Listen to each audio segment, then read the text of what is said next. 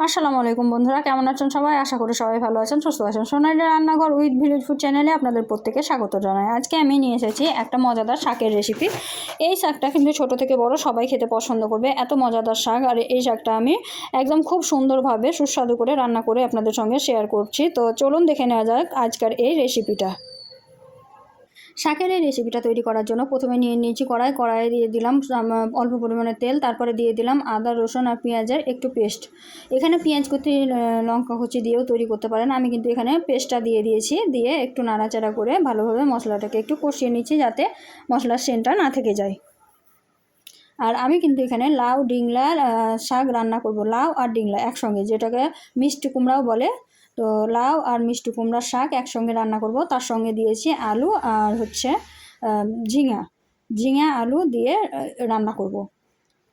তো মশলাটা আমি একটু ভেজে নিয়েছি, এখন আমি শাকটা অ্যাড করে দেবো। দেখতেই পাচ্ছেন কুচি কুচি করে কেটে নিয়েছি শাকটাকে আমি, তারপরে কিন্তু ধুয়ে পরিষ্কার করে নিয়েছি। আর এই শাকটা কিন্তু ভালোভাবে ধুয়ে পরিষ্কার করে নিতে হবে, নাহলে কিন্তু এই শাকে পোকামাকড় থাকে বেশি। তো ছোট ছোট করে কেটে ভালোভাবে ধুয়ে পরিষ্কার করে নিয়েছি আর শাকটা দিয়ে দিলাম। এখন নাড়াচাড়া করে ভালোভাবে মিক্সড করে নেব। তো সব শাককে কিন্তু আমি ভালোভাবে নাড়াচাড়া করে মিক্সড করে নিয়েছি। দেখতে পাচ্ছেন অনেকটা কমে গেছে। এই পর্যায়ে কিন্তু আমি দিয়ে দেবো এখানে শুকনো লঙ্কার গুঁড়ো। যেহেতু আমি এখানে লঙ্কা ফোড়ন দেইনি, তো আমি শুকনো লঙ্কার গুঁড়োটাই দিয়ে দিলাম। আমি দিয়ে দিলাম স্বাদ মতো লবণ। দিয়ে এখন নাড়াচাড়া করে ভালোভাবে শাকটাকে আগে সিদ্ধ করে নেব।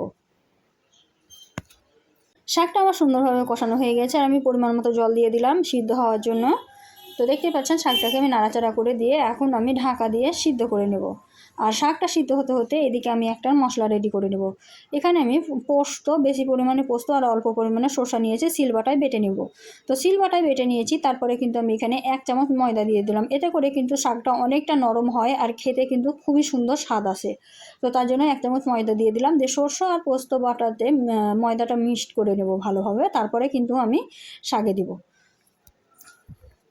জল দিয়ে ভালোভাবে কিন্তু আমি মিক্সড করে নিলাম। এটা কিন্তু সুন্দরভাবে মিক্সড করে নিতে হবে, নাহলে কিন্তু দানা দানা হয়ে যাবে। যখন আপনি শাকের সঙ্গে মিক্সড করবেন তখন খেতে ভালো লাগবে না, আর ময়দা সেন্ট লাগবে।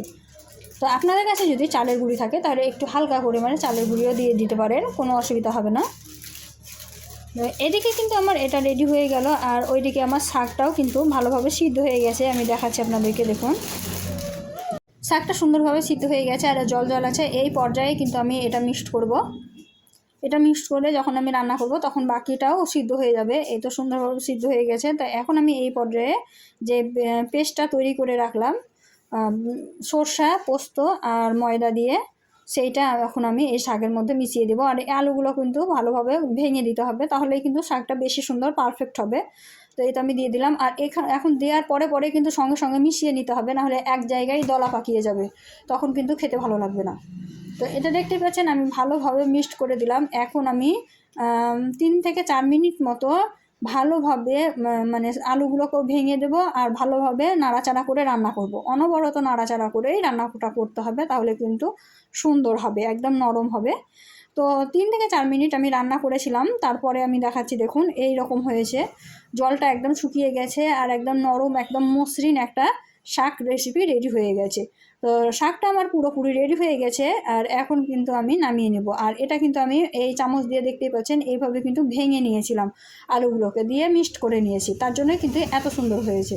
তো শাকটা যেহেতু আমার রেডি হয়ে গেছে, তো এখন আমি একটা বাটি নিয়ে পরিবেশন করে দেখাচ্ছি যে শাকটা কেমন হয়েছিল।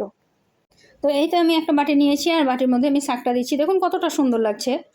এই তো এইভাবে কিন্তু আপনারাও খুব সহজেই কিন্তু লাউ শাক রান্না করে খেতে পারেন, অসম্ভব মজার হয়। একবার হলেও বাড়িতে তৈরি করবেন, আর যদি ভালো লেগে থাকে অবশ্যই একটা লাইক শেয়ার কমেন্ট করে দেবেন। এই ধরনেরই আরও নিত্য নতুন রেসিপি পাওয়ার জন্য আমার চ্যানেলটিকে সাবস্ক্রাইব করে দেবেন, পাশে থাকা বেল আইকনটিকে অন করে দেবেন, যাতে করে আমার সমস্ত রেসিপিগুলো আপনার কাছে পৌঁছে যায়। আর যারা এখন পর্যন্ত আমার ভিডিওটা দেখছেন তাদেরকে প্রত্যেককে অসংখ্য ধন্যবাদ, কারণ প্রত্যেকজনের মেসেজের রিপ্লাই হয়তো দেওয়া হয় না, কিন্তু প্রত্যেকে ভিডিওর মধ্যেই আমি ধন্যবাদ জানিয়ে দিচ্ছি। তোমাদের প্রত্যেকে কিন্তু আমার তরফ থেকে অনেক অনেক ভালোবাসা, অনেক অনেক ধন্যবাদ। এইভাবেই তোমরা আমাকে সাপোর্ট করো, আমার পাশে থেকো।